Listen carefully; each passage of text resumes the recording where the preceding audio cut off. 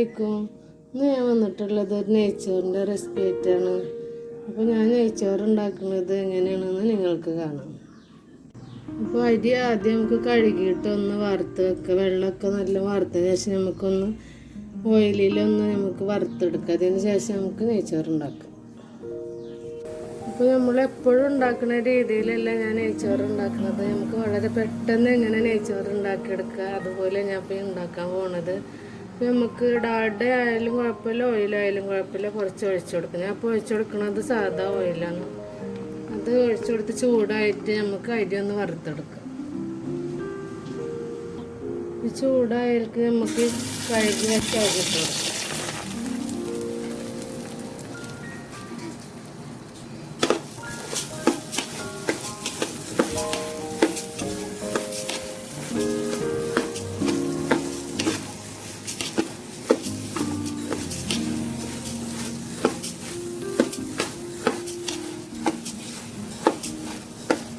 ചെറിയ മണ്ണിലെ അരിയാണ് എടുത്തിട്ടുള്ളത്, നെയ്ച്ചോറ് അരി.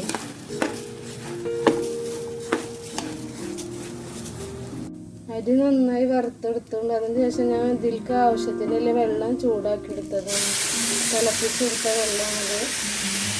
നമുക്ക് ഇതിലേക്ക് ഒഴിച്ചു കൊടുക്കാം.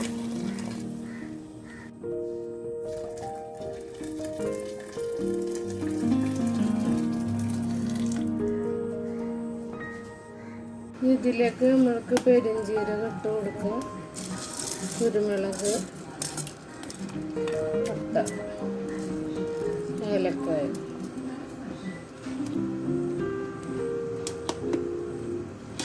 ഞാൻ ഡാൽഡ ഒന്നും പൊഴിച്ചിട്ടില്ല. അതൊക്കെ നമുക്ക് ഉള്ളി വാട്ടിയിട്ട് ഞാൻ ഇതിലേക്ക് ഡാൽഡ ഇട്ട് കൊടുക്കണം.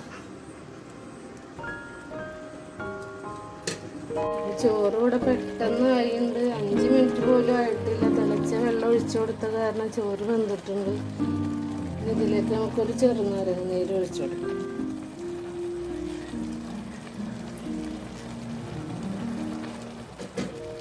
ആവശ്യത്തിന് ഉപ്പിട്ട് കൊടുത്തിട്ടുണ്ട്.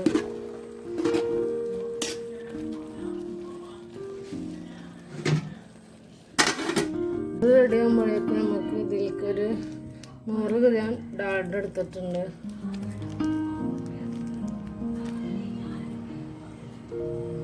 ഒരു കിലോ അരിയിലേക്കാണ് എടുത്തിട്ടുള്ളത്. ഡാൽഡ നന്നായി ചൂടായി വന്നിട്ടുണ്ടെങ്കിൽ ഇതിലേക്ക് നമുക്ക് മുന്തിരി ഇട്ട് കൊടുക്കാം. അണ്ടിപ്പരിപ്പ് ഇപ്പോൾ കയ്യിലില്ല, അത് കാരണം മുന്തിരി മാത്രം ഇട്ട് കൊടുക്കുന്നില്ല. എപ്പോഴും വീട്ടിലുണ്ടാക്കുമ്പോൾ അണ്ടിപ്പരിപ്പ് മുന്തിരി ഒന്നും ഇടാറില്ല, ഉണ്ടെങ്കിൽ മാത്രമേ ഇടാറുള്ളൂ.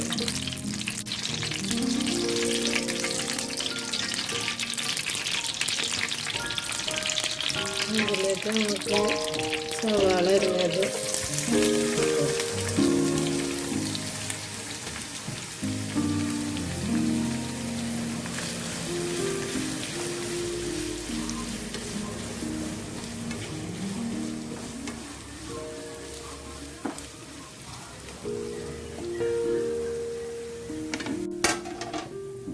ഉള്ളി മുന്തിരി നന്നായി ഫ്രൈ ആയി വന്നിട്ടുണ്ടെങ്കിൽ നമുക്കിത് ചോറിലേക്ക് ഒഴിച്ചു കൊടുക്കാം.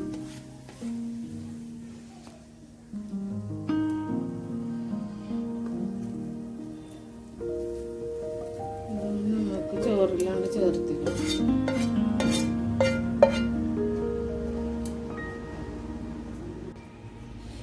എളുപ്പത്തിലായി നെയ്ച്ചോറ്. നമ്മൾ വെള്ളം കറ്റിലൊന്നുകൊണ്ട് ചൂടാക്കി എടുത്താൽ മതി. അരി വറക്കല്ല, അത്ര സിമ്പിളായിട്ടാണ് നമ്മൾ നെയ്ച്ചോറ് ഉണ്ടാക്കിയെടുത്തത്.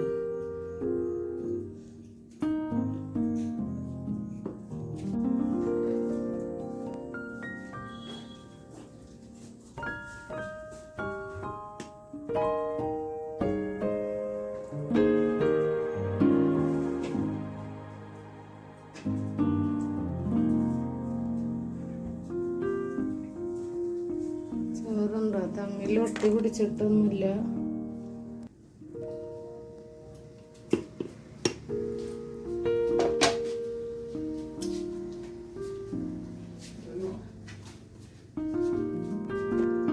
നെയ്ച്ചോറിൻ്റെ ഒപ്പം ബീഫ് കറി ഉണ്ടാക്കിയിട്ടുണ്ട്. ഇപ്പോൾ വീഡിയോ എന്താവണമെന്ന് വെച്ചിട്ട് ബീഫ് കറിയുടെ വീഡിയോ ഞാൻ ഇതിൽ കാണിച്ചിട്ടില്ല. ഇത് രണ്ടും കൂടി നമുക്ക് സെർവ് ചെയ്യാം. നെയ്യ് എല്ലാ ഭാഗത്തേക്കും ആവാൻ വേണ്ടിയിട്ട് നമുക്ക് ചോറൊന്ന് ചേർത്ത് കൊടുക്കാം.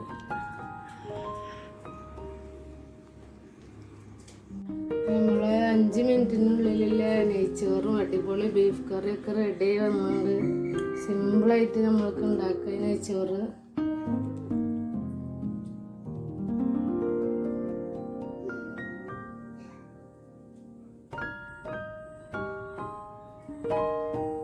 എന്നും പറയണ പോലെ വീഡിയോ നിങ്ങൾക്ക് ഇഷ്ടമാണെങ്കിൽ ലൈക്ക് ചെയ്യുക, ഷെയർ ചെയ്യുക, സബ്സ്ക്രൈബ് ചെയ്യാത്തവർ ചെയ്യുക.